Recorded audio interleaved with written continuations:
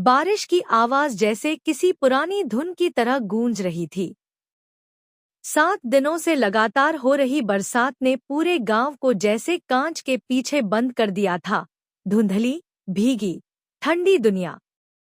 आकाश के ऊपर कोई अनदेखी शक्ति उमड़ रही थी। उस रात नीलम अपने घर की खिड़की के पास बैठी थी। उसे बस 2 चीजें साफ सुनाई दे रही थी।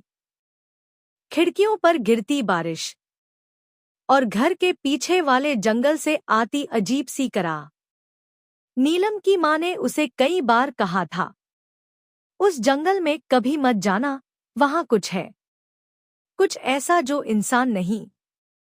लेकिन बारिश और अंधेरा और वो आवाज, इस बार कुछ अलग था, जैसे कोई पुकार रहा हो।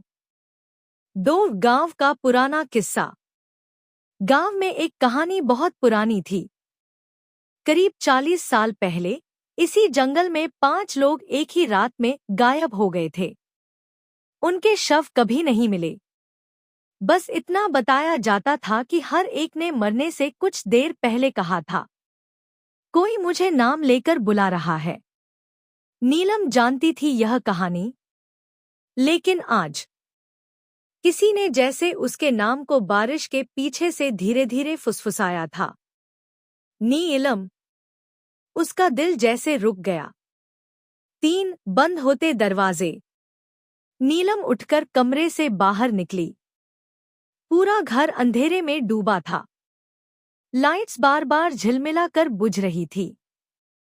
ड्राइंग रूम में पहुंचते ही उसे लगा कि कोई दरवाजे के पास खड़ा है। लेकिन जब वह पास पहुंची, दरवाजा धीरे धीरे खुद ब खुद बंद हो गया। नीलम ने कांपते हाथों से दरवाजा पकड़ा, लेकिन अंदर से किसी ने उसे धक्का दिया। दरवाजा धमाके से बंद हुआ।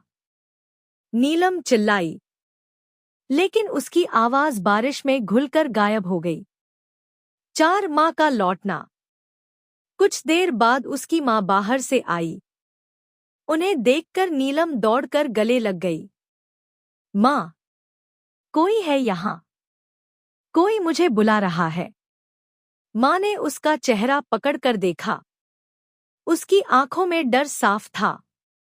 माँ ने धीरे से कहा, तुम्हें आज वो आवाज इसलिए सुनाई दी है क्योंकि ठीक आज से 20 साल पहले इसी दिन उसी जंगल में तुम्हारे पिता की मौत हुई थी।